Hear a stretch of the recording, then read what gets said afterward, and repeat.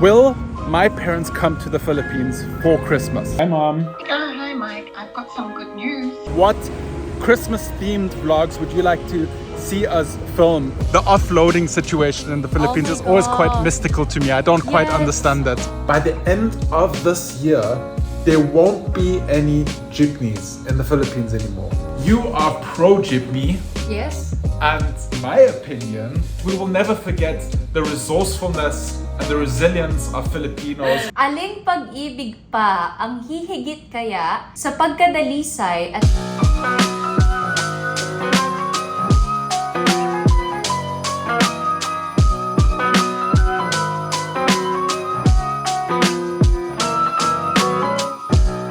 Christmas is coming closer and closer and closer, and it is time to address the elephant in the room. What are we gonna do for Christmas this year?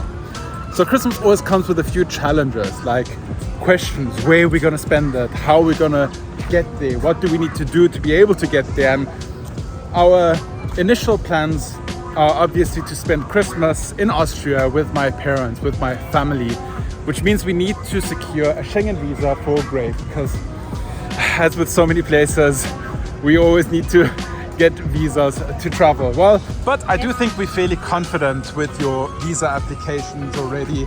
Like last year, it worked without a hiccup. Why should it be an issue this year when you have so many stamps in your passport already? I mean, how many countries have you visited already? I have no idea, babe. I have no idea. We need to count how many stamps that you have in your passport, because that is basically a good travel history, which will make it easier to apply for visas. So, And I'll tell you what, I'm sure I do have a good travel history, because I never overstayed. Exactly. I never rebooked a flight. I never extended my visa. I was always up to a the very date when good I said Filipino. Why is this cat looking so angry?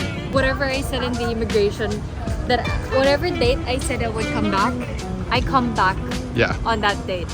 So yeah, I think I think I have a good standing. visa applications are not so much a worry. The offloading situation in the Philippines is always quite mystical to me. I don't quite understand that.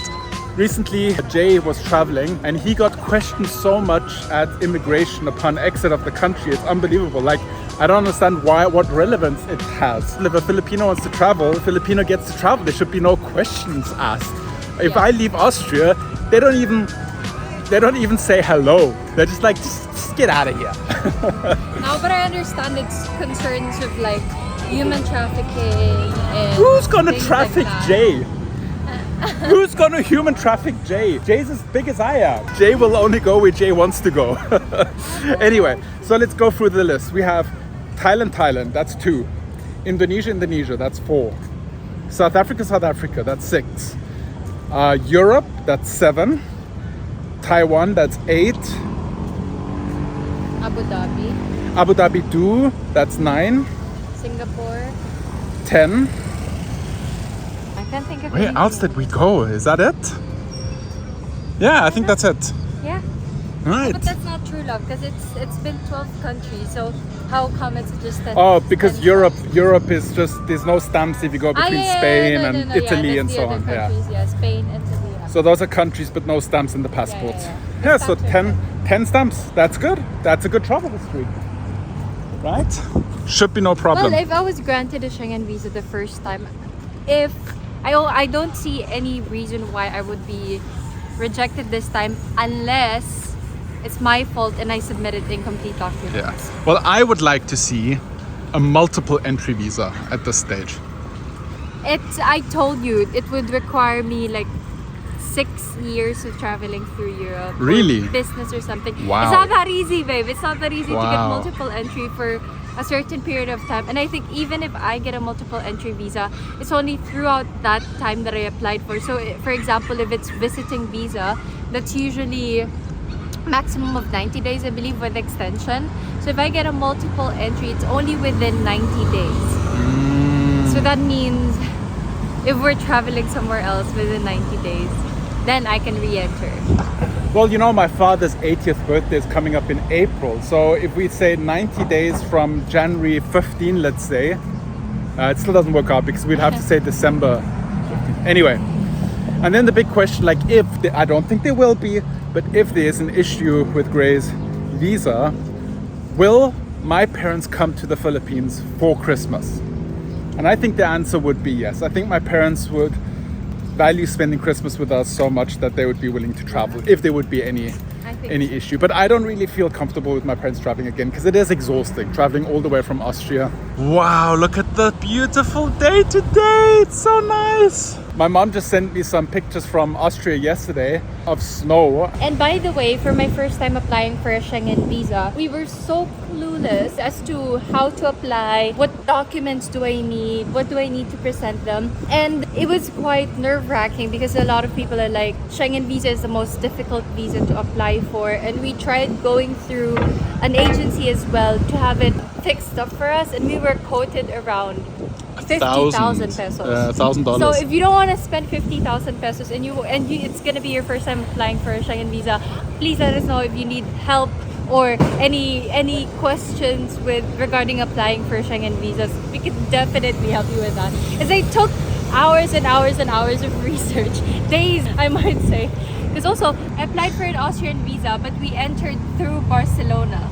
We entered through Spain, so which was no problem. Things like well, it was no problem, but we also had to consider every possibility. We had to consider every possibility, Dr. Strange, as to like what might fail, what might be the issues. Oh, wasn't it like during check-in that they were like, "Hey, why? Hang on, you don't have an Austria visa. You have an Austria visa, but you're going to Spain." No, there was no issue. No, but like the lady. The immigration, of course. It's the immigration. No, wasn't it the lady at check-in? It was the immigration. Oh, okay. It was the immigration that was like unsure about that. But as long as I was ready. I have a printout of our flights from Spain to Austria just to show them that I'm not gonna be a TNT in Spain. So this is a two-way street. We're offering up our help with if you have visa questions, but we need your help as well. We are very eager to start the festival season, the Festivus season, the Christmas season, and the Christmas content. But we want to hear from you guys. What Christmas-themed vlogs would you like to see us film? We were thinking of visiting beautiful Christmas installations, light shows. Potentially also go to Pampanga to the what is it called, the Giant Lantern Festival. I always love that. So please, your recommendations in the comments down below, or send me a message on Instagram so we can start compiling a list and check it twice and then find out who's naughty or nice.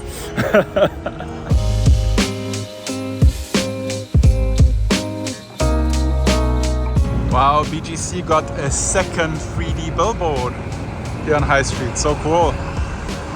And there's a new Arabica, the flagship store that opened up over there. So much happening. Everyone, move to the Philippines. Everything is so cheap. Cauliflower, 850 pesos.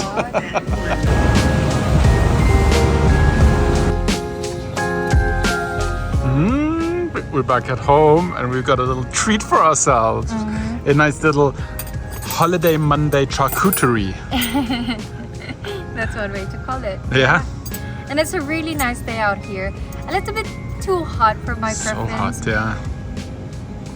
And just as I said that, the sun is out. But yeah, we'll finish this up quick and then we'll Jump into the pool, yeah. Oh my god, the salami is not supposed to be heated up like this. This is like fried salami. This is turning into a salami pizza. Let's eat. Let's eat, Matzai. Okay, back at home. Just have to show you something, guys. Look at this. The tabletop is gone. It's being sanded down and resurfaced nicely. And then we just temporarily put over like the guest like bench bed over here, so it's not so empty. But yeah, seriously can't wait for our furniture to get back. Earlier we saw this really cute jeepney that was kind of like red, painted red, like in a Christmas theme. And we got to talking about, it's kind of unbelievable that by the end of this year, there won't be any jeepneys in the Philippines anymore. These classic, iconic, jeepneys that I remember like seeing them the first time I came to the Philippines and remembering how I reacted to seeing them, just the the vibe that they had. And also my dad was quite smitten with them and always wanted to take pictures with the jeepney, which we never managed to get a picture of my dad with the jeepney. But yeah, unbelievable that those jeepneys are actually going to be gone by the end of next month. And I can tell you, these jeepneys have been a long-term discussion between Gray and I, a clash of opinions, so to speak. Okay, so this has been an ongoing discussion for the longest time between us, because you are pro jeepney. Yes. And in my opinion, the jeepneys need to be phased out. Everybody present their arguments. By the way, I would just like to mention this in the vlog, and we would like to also commemorate the Bonifacio today that is happening. We saw a large group mobilizing in Liwasang Bonifacio for Bonifacio Day. We saw this entire thing of Filipinos joining the rally. I was just showing Mike like, look at this. One of the posters was no to PUV phase out. And this is how this conversation started again, which by the way, we have every other day. Yeah, at least once a month we have a huge argument about this, because as much as I love the jeepneys, I love the way they look, I love the feel and vibe of them, and I fully agree that they are an integral part of Filipino culture and Filipino pop culture even. But they have no place in a modern Philippines. Arguments are very, very simple and very easy. Environment, safety and health, noise pollution. Okay. They cause so many fumes. I have seen an accident between two jeepneys full of people, and those people were like in a sardine can, like folded together. It was very scary to see, and I don't want to know how many injuries there are each year with like jeepney related accidents. The jeepneys have terrible braking systems. There's no seat belts. I mean, so those are my arguments. Yeah. Here's my argument. We're in a debate. Debate day for Bonifacio Day. Here's my arguments. Number 1, culture. Number 2, identity. Number 3, consideration.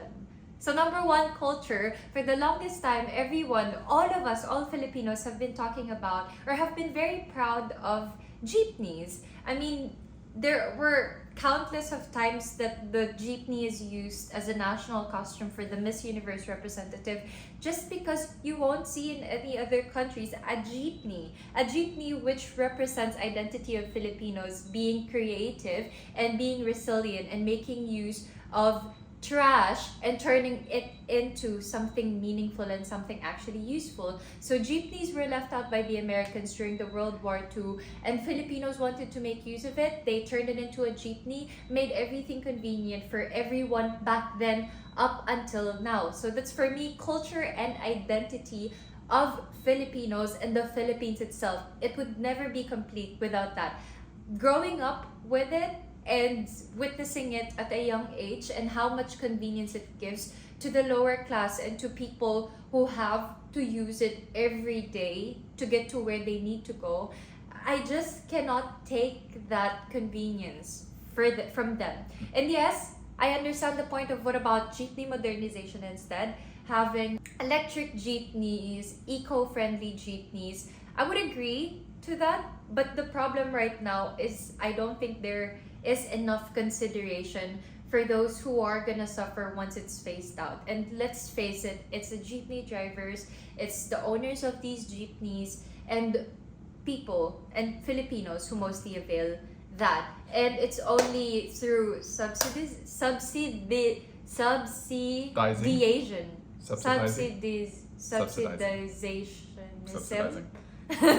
Subsidizing that issue can be resolved. But otherwise, I would love for the jeepneys to stay, just because it is part of our culture, it is part of our identity and consideration to the working class. So, and I thank you. So can I quickly address your points, because okay. I think you have. You really turned this into a debate. Yeah, I think we're just blogging. I think you really have some very, very good and valid points. Yes, it is a part of Philippine culture, but Mozart is a big part in Austrian culture. Moles are dead. Moles are dead for many years.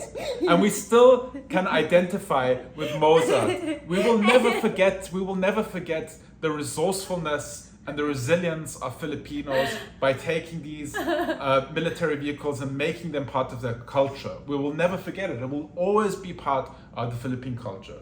So with that I agree, but it will never go away. It will always stay in our hearts and in our memories. The second thing, and I might be very wrong with this, but I don't think that the majority of the jeepneys are owner-operated. I think that a lot of the jeepney drivers are hired, and I think that there's a lot of people that sit on the top that are making a lot of money off jeepney operations. That's one part of the reality, actually. And those people need to think of the future, because modernizing the jeepney fleet, modernizing the vehicles will save money in the long run, and it will ensure the safety, health and protection of the passengers, which is the second thing. And then the third thing that you said with subsidizing, absolutely. I don't think it's right to say like, boom, end of the year, no more jeepneys. There needs to be a long-term plan. There needs to be government funding and consideration. So jeepney drivers that are really like jeepneys that are owner operated should get funding from the government, long-term loans, so that they can transition to jeepneys, because the jeepney drivers are there because public transportation is not there. If there would be a metro system already built, if there would be a large train network, then we wouldn't have this many jeepneys. There would not be a necessity for it. So it's kind of like you can't just take it away from the people and say like, that's it now. Yeah. So I think there has to be a plan. There has to be subsidizing. And there has to be but they have to go. I mean, the fumes, the air pollution, it's so bad. It's so bad. And also like so many trucks. Let's leave the trucks alone. This is not gonna end. There's so many vehicles. You're gonna talk about the tricycles next, and the habal-habal, and the angkas. I'm just saying there's so many vehicles that cause so much emission and fumes. I have to take my car to emission testing. I have to take my motorcycle to emission testing every year. How are these vehicles passing emission tests? I look at Filipinos sitting in the back of jeepneys in the fumes along EDSA, and I know, and the statistics show how bad it is for health. People are suffering. People are having shorter lives because of the emissions and the fumes, and that is something that has to change. So vote for Michael next year. Okay, you wanna talk about the tricycle now? No, I think tricycles are a very good solution. For Bonifacio Day, I'll leave you guys with a quote which we have all learned in school. Aling pag-ibig pa ang hihigit kaya sa pagkadalisay at pagkadakila gaya ng pag-ibig sa sariling lupa? Aling pag-ibig pa, wala na nga, wala. Sounded nice, but I don't know what it means. Alright guys, thank you for tuning in, and I'll see you guys tomorrow.